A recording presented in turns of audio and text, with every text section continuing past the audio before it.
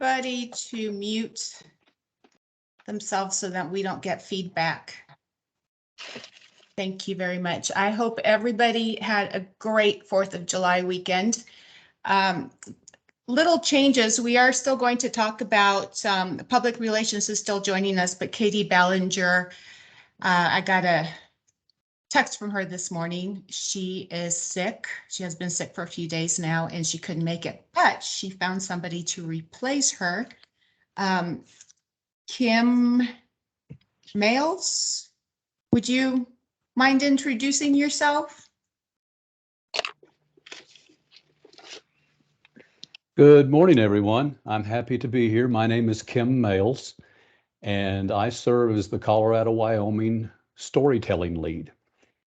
Which that's an odd name, but really what that amounts to is I work in the public affairs part of the Red Cross. I write stories, edit stories, and take care of those sort of things. And I'm also in leadership development, and I work in disaster workforce engagement. And I also deploy in public affairs. And so Katie contacted me this morning, and I'm happy to pitch in and help out. Thank you, Kim. Thank you. I don't know how much time, I don't know. I've got a couple of updates to give, but I don't know how much time, if you would like to start first, or if you would just give me, I don't know, probably just a few minutes, 10 minutes for the updates, or I can go last. Yeah, that sounds good. What I've got is I've got a short PowerPoint presentation that talks about dealing with the media. And I know that we're in a group of shelter associates and supervisors, and so I'm going to slant it particularly. It's not, the PowerPoint's not particularly directed to sheltering, but it's more general, but I'm going to direct some thoughts towards sheltering in particular. So I'll try to share my screen here, and we'll go to the PowerPoint.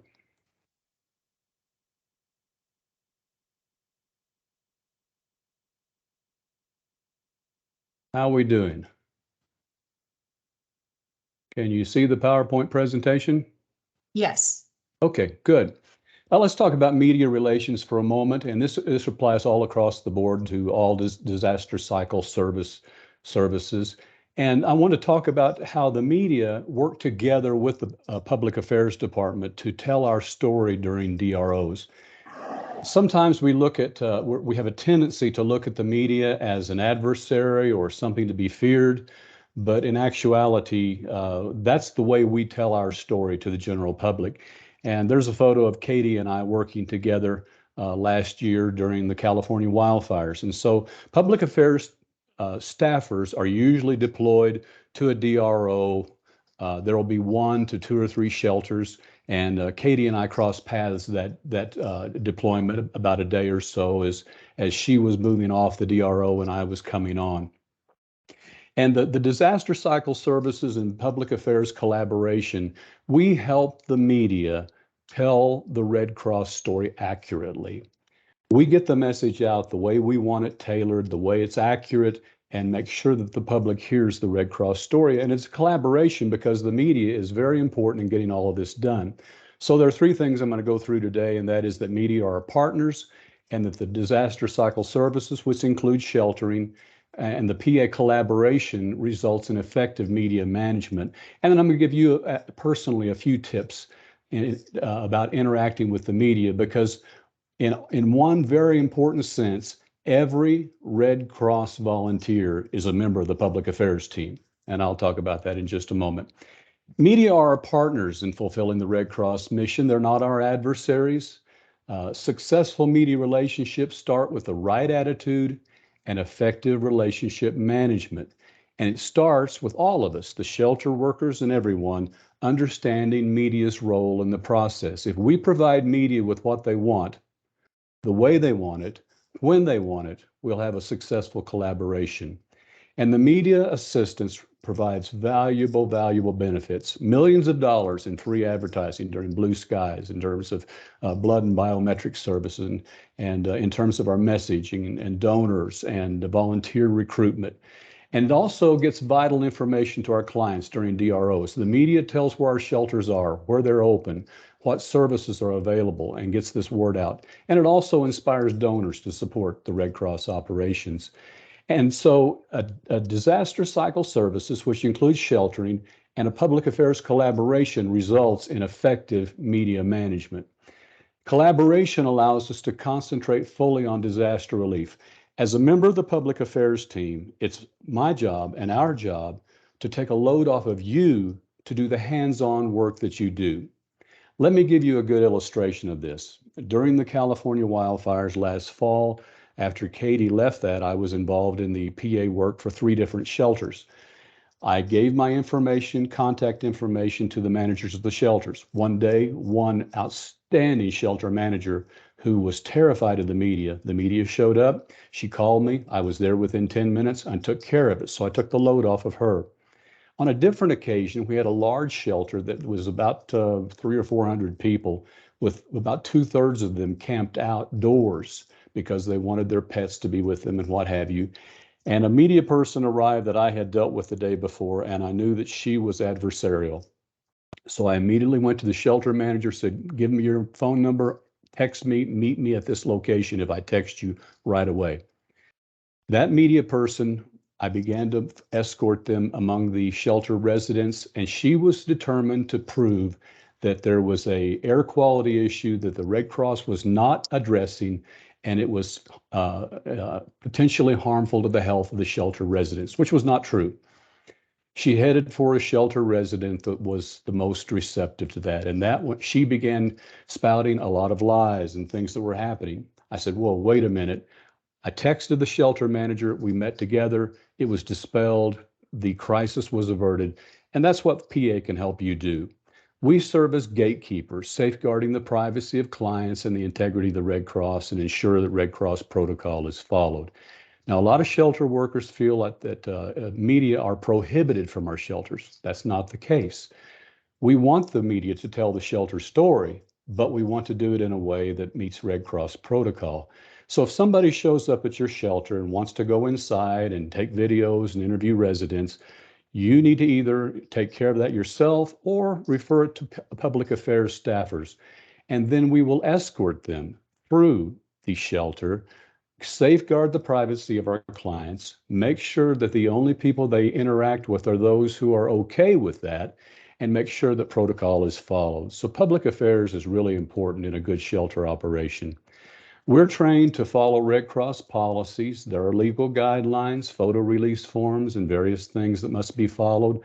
And we put the best face on the Red Cross to reinforce public trust and goodwill. Now, all that said, there will be times when you as a shelter staffer will necessarily interact with media. And so let me give you a few tips about that.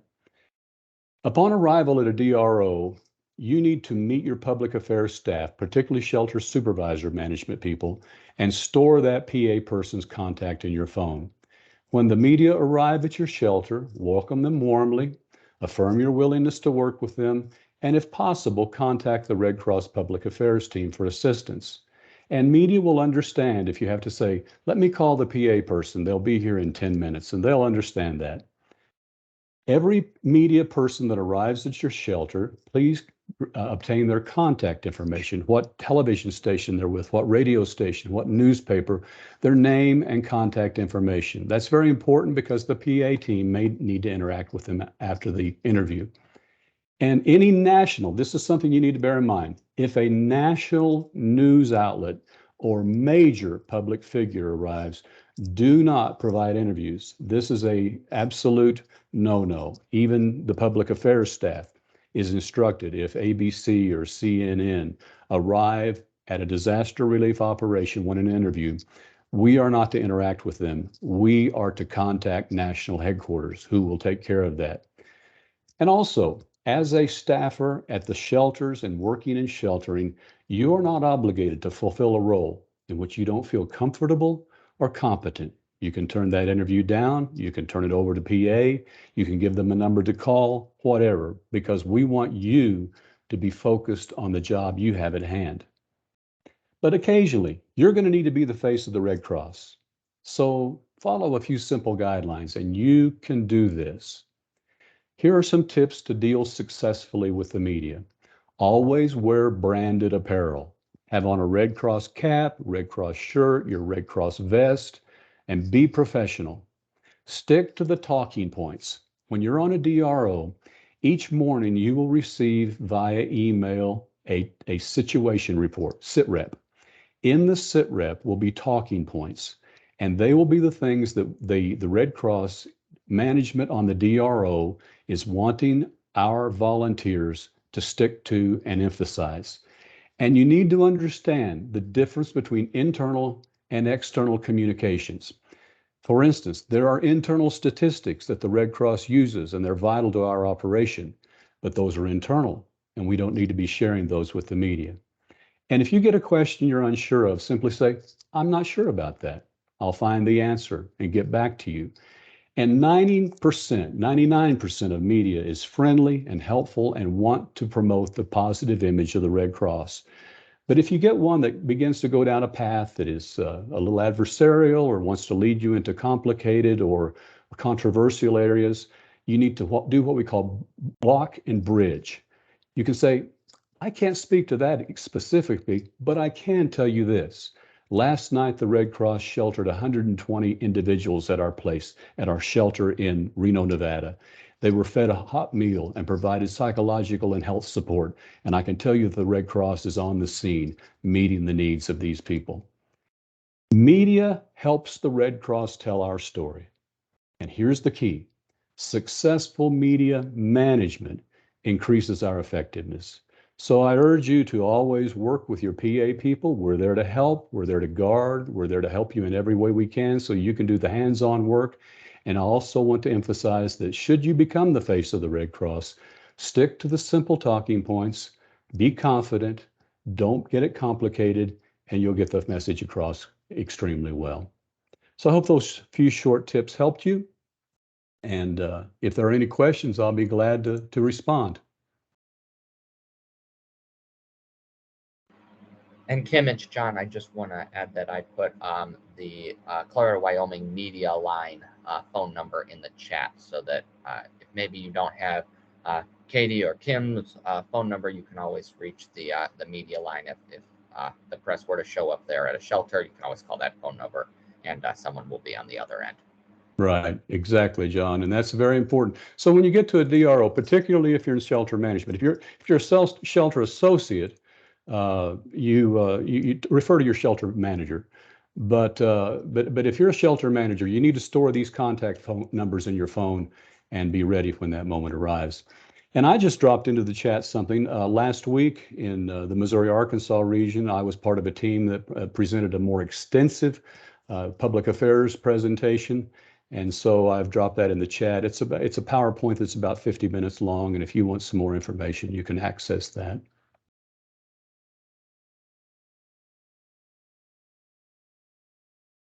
Thank you, Kim. All very helpful. I know that there are a couple of deployments that I've been on where the media is there and they want me to interview right away.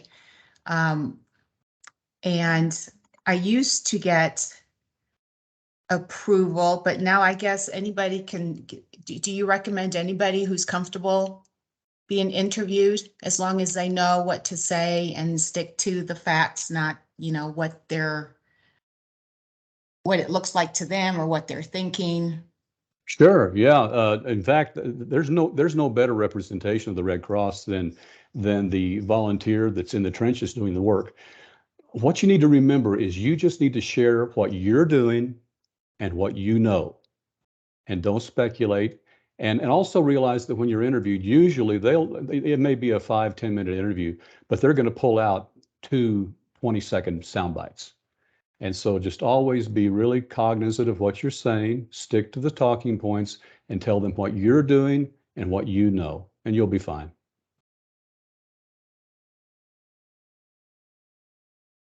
Very good advice. Are there any other questions for Kim?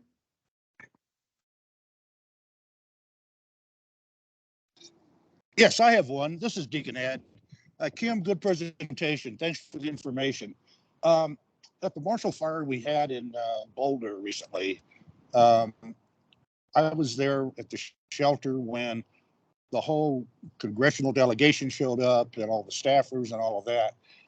Do they know that the protocols are to contact your office first before they just enter in and want to meet and greet and talk to people? Do the media know that if they want to set up an interview session to contact the public affairs office for the Red Cross, or is it just going to be an impromptu kind of thing? No, they don't know. So when they show up, they're going to be looking for anybody that they think can effectively tell the story the best. And so that may be you, but it may also be something that you're not comfortable with, or it may also be something you say, I think public affairs could do a better job, and so call on public affairs. And in reference to the example you gave, that one would border on what I was talking about in terms of national media. I don't think that's one that would necessarily require NHQ national headquarters involvement. But on the other hand, that's a pretty high level thing. So even, Ed, if you felt like you felt comfortable in dealing with them, I think in that situation, I would definitely call on public affairs and bring public affairs on board, because there'll be follow-up, there'll be questions to answer, and it could get kind of complicated. And like I said, that one borders on NHQ thing. And if there's national media that shows up, even the advanced public affairs team or a public affairs person such as myself, we are instructed to not provide interviews, but to refer that directly to national headquarters. So if that happens, always bear that in mind.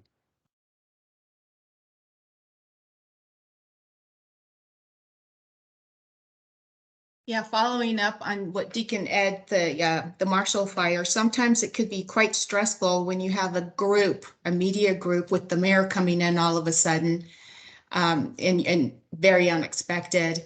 And there's pressure because you want to contact public affairs, but you don't know how long it'll be for them to get there. And meanwhile, normally the mayor will come in hoping to be there for just a few minutes with the media and interview. So what do you suggest in a situation like that where it's really stressful and chaotic and they want things right then and there, and you're trying to get a hold of public affairs, but your fingers aren't working, and it's just you're working with the nerves.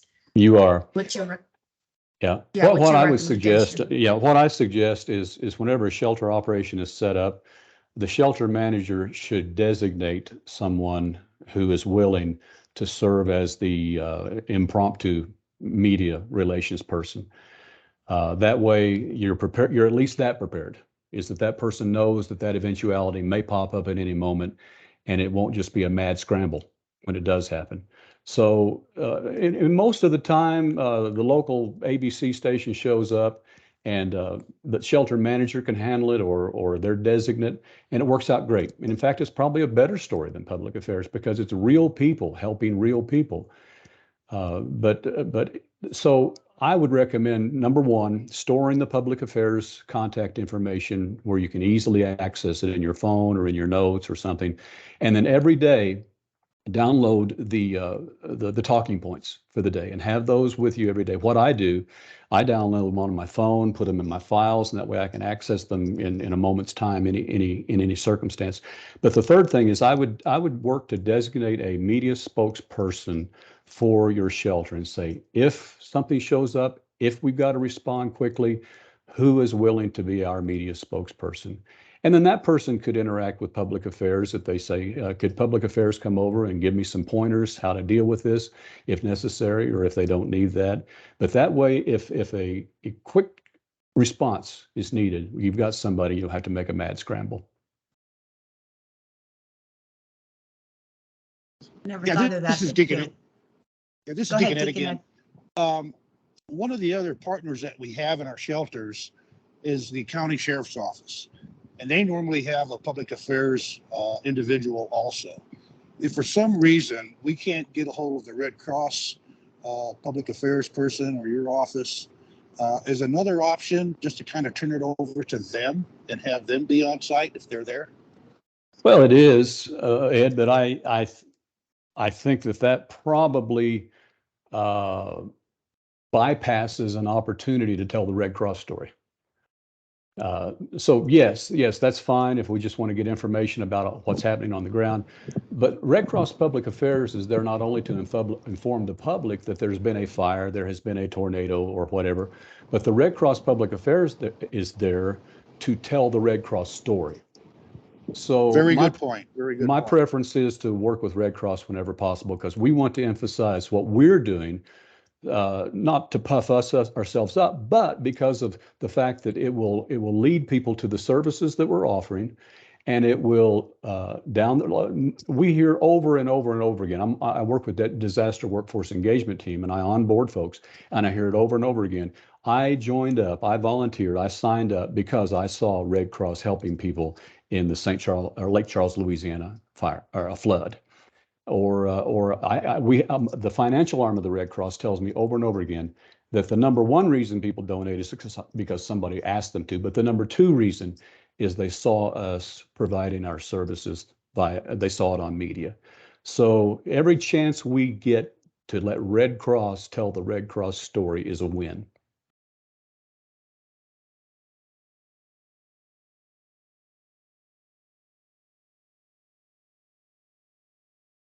Any other questions?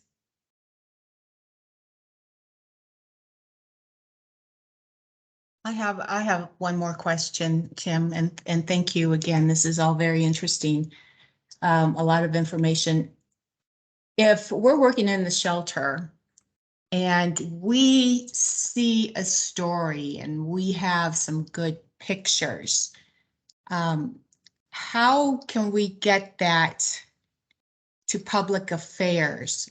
Sometimes when I'm deployed, I'll be sending pictures back home and they'll use it. And sometimes they're in, they come out in the IAP. And I enjoy doing that because I'm kind of sharing what I'm seeing. I'm sharing my story. So if somebody wants to share pictures or if they feel they have there's a really good story in the shelter, how do they share that information and what is it do they need? Is there a release form for clients? I'm really glad you brought that up, Diana, because I thought about including that, but I thought, well, this is a meeting with other things. I don't want to take up too much time. But I'm glad you brought it up because yes, public affairs wants those pictures. They're so valuable. And we want those stories. And I'll let me just say that before I move on with photos, is if you have the lead for a good story, one of the things that I do and people like me do is we deploy and we interact with media like we were talking earlier. We serve as gatekeepers to the shelters to let you do your job and take the burden off. But then there's downtime. And so we write stories on the fly that are published on social media, on our publications, on our websites. And so if you have a story, I just did one just recently on a story on a Restoring Family Links lady who was putting families back together that had been disconnected by a disaster, and she was putting them back together. And it made a great story. So please feed us those story ideas. Now let's return to the photo issue. We love your photos because they tell the story, but we have to have a photo release form. It's imperative in every situation. And this is something that's often misunderstood. And let me go back to the chat. I dropped that link into the chat, and there is an extensive portion of that presentation that deals with this. But let me give you a few thumbnail rules. The Red Cross has a photo release form. The public affairs people carry them around with them as just part of our kit. So if you need one, get a hold of public affairs, or they are on the exchange. You can download them from the exchange.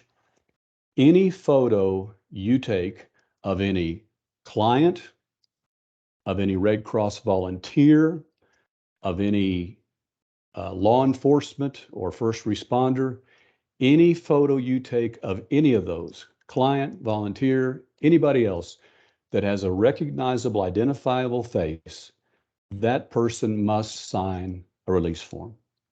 And this is often misunderstood.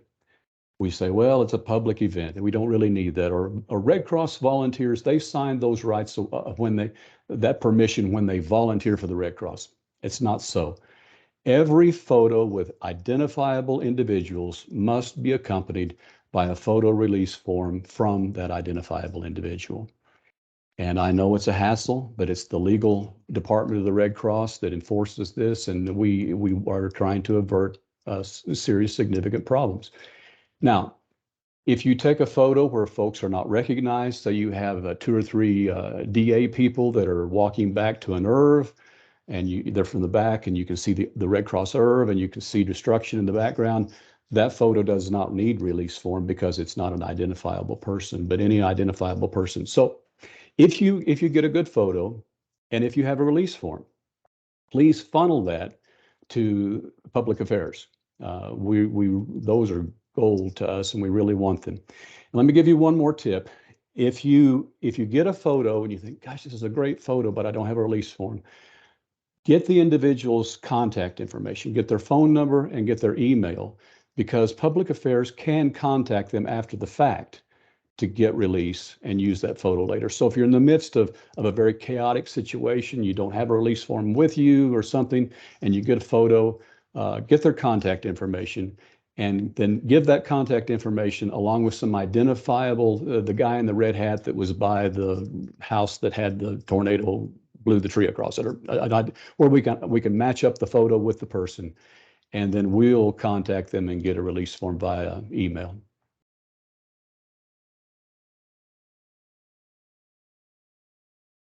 Good tip. Thank you, Kim. Any other questions? Anybody?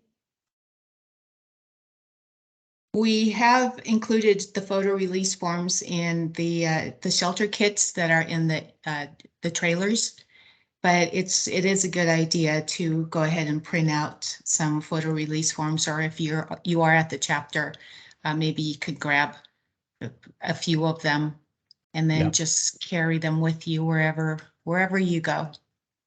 Even in national deployments, it's always good. Absolutely. Thank you, Always Kim. call on me anytime I can help. Yes, we I'll really put my appreciate contact it. information in the chat, and anytime I can help, let me know. And where are you from? Denver. Oh, Yeah, Denver. I moved to Denver a few months ago from the Missouri-Arkansas region, so I'm a new transplant. So are you at the Mile High chapter? Yes. Okay. I'll have to stop and say hi. Well, I I'm did a not know. volunteer. I'm a volunteer, so I'm not there Okay. regularly, but no, I'm a volunteer. Still involved with Missouri, Arkansas. We do things so much virtually anymore, but I'm very involved here in Colorado, Wyoming as well. Great. Yes, we're welcome. We are very happy to have you a part of our Mile High team, and thank you. Thank you so much for sharing these really good tips and some really good information on public, how to do the public media. Thanks a lot for the opportunity. All right, so let me get my camera back on here. And so there's just a couple of other things that I wanted to share, some shelter updates that are going on that are coming from National, and some exciting news.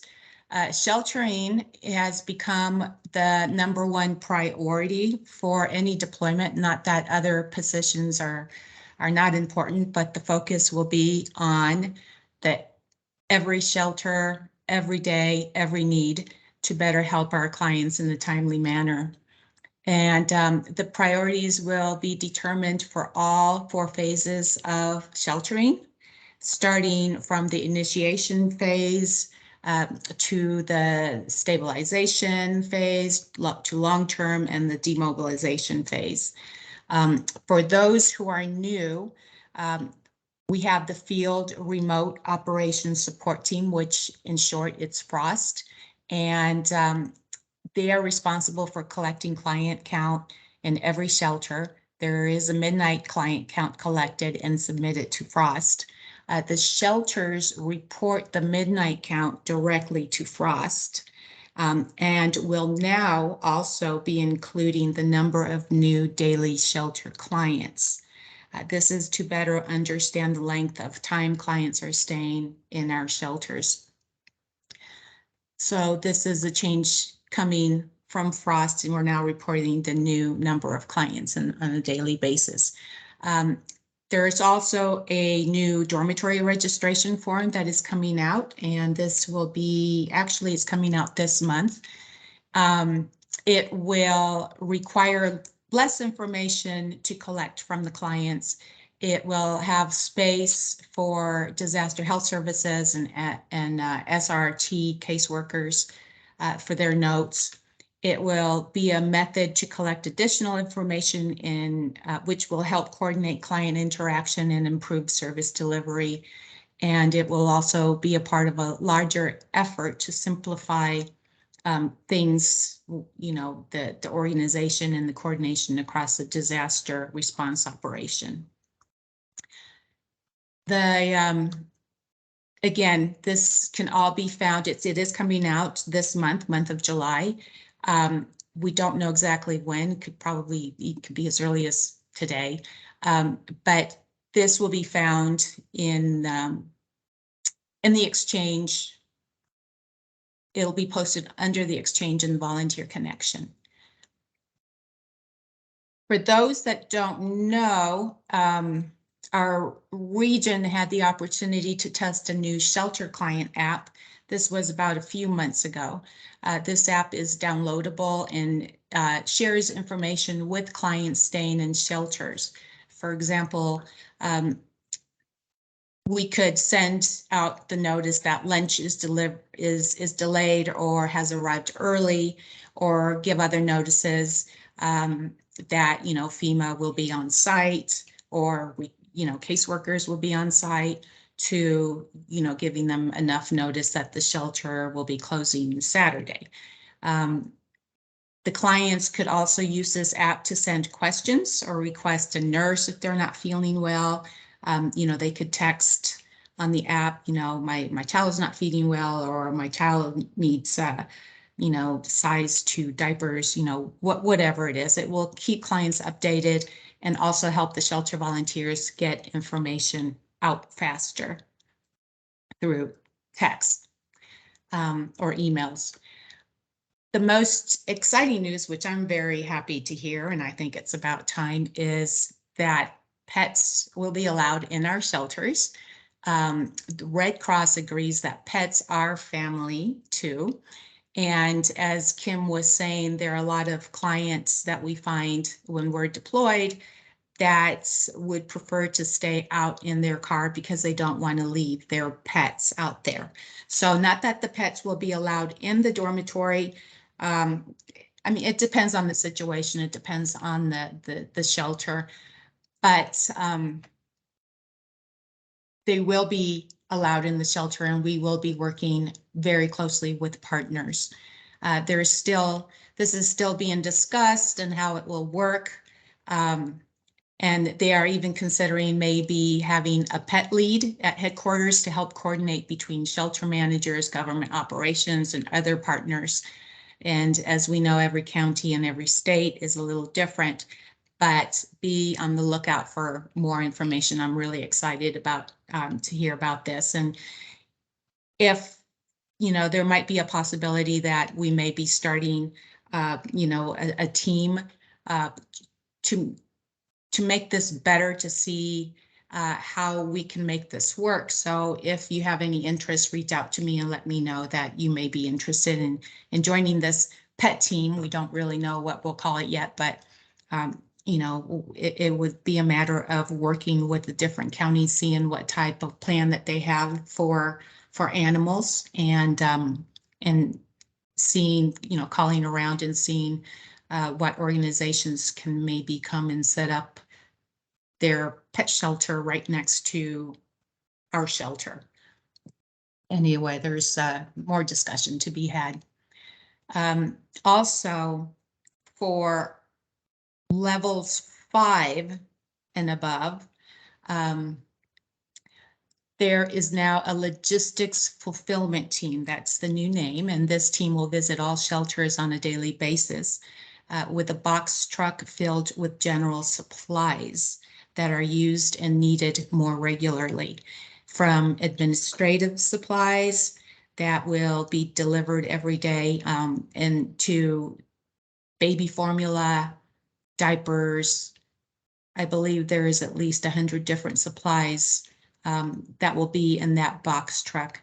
And all supplies will be pre-approved, or are pre-approved, meaning that 6409s will not be required for these items.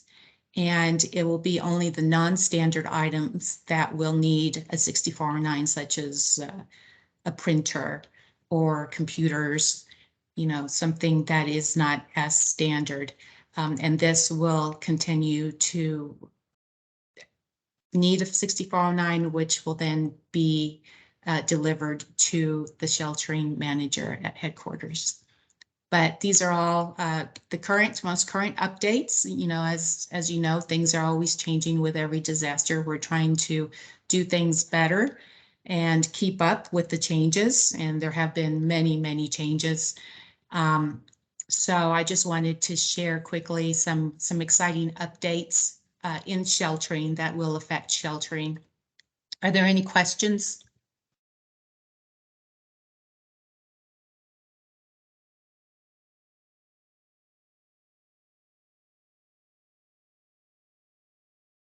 Okay. I really appreciate you all taking the time to be on. There's just one thing that I would like to do, and it's not, if you feel uncomfortable, don't do it. But I would like for anybody who is comfortable to turn their camera on so that we can see faces. And I know that there are some people that I have not seen in quite a while. But just to kind of get to know the faces, because we are working together and we will be working together. And there is Tom on an airplane coming home, I hope, Tom. I'm in Minneapolis right now. I am coming home.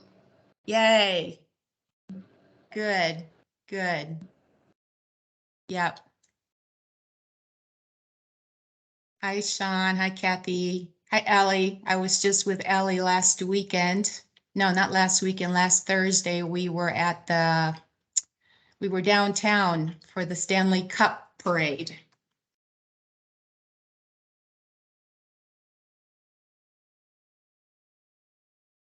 Thank you. Thank you. I really appreciate it, because these are the faces that we're going to be working next to. Honestly, I hope not, but I'm pretty sure we will be working next to each other soon. And, whether it's regional or whether we're deployed together nationally. But I just, I think I just wanted to take this opportunity so that everybody could see. I think that we need, after being cooped up for, in COVID and doing all this virtual thing, hopefully we can come out and start socializing, person to person, and I don't know, even barbecues. So thank you all very much. Is there anything anybody would like to share? Who's ready to deploy?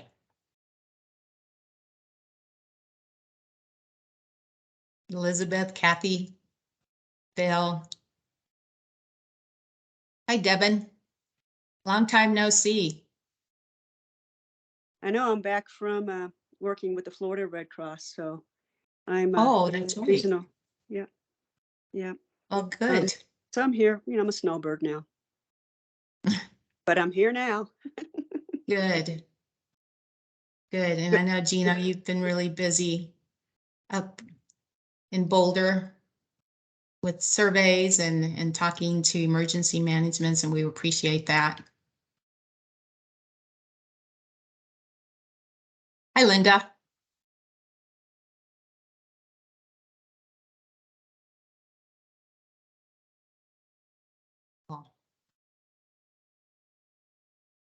All right, so I'm giving you 20 minutes back. Again, thank you. Before I go, is there anything that we could discuss? I know that we have such a small group because it's summer and it's actually the kind of semi-normal summer after COVID, and everyone is just so excited and wanting to get out and travel, including travel the world, which is nice. But is there anything that you would like to see discussed? I would like to bring some information, and I would like to keep it, just learning something interesting that would help us in our next deployment. Somebody was on.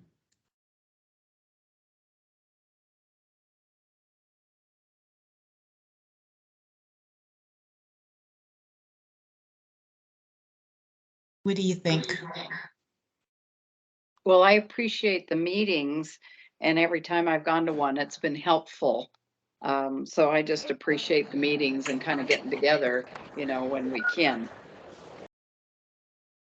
So I just want to put that out there. Thank you. Thank you, Elizabeth. Hi, Addie.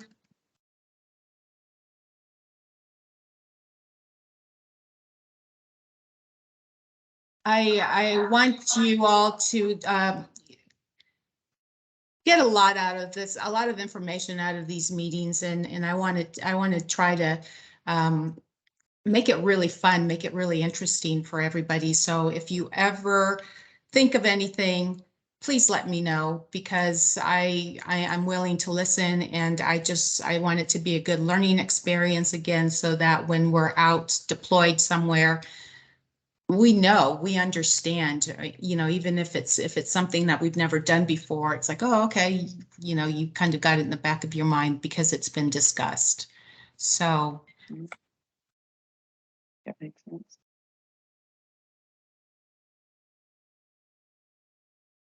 hi, Casey. Casey was also there last Thursday. All right. Okay, so everybody, have a great weekend.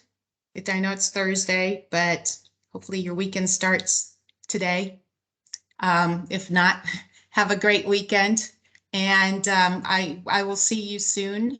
Let me know if anything is needed out there. I know you're from different territories, but I'm here to support everybody. So thank you. Thanks all for joining us. And I'm going to just be the last one off in case anybody wants or has a question for me. Hi, Thea. Thanks for hi from joining us. Dutch. Hi from Dutch. I haven't seen anyone in a long time. Yes, good to see you, Dutch.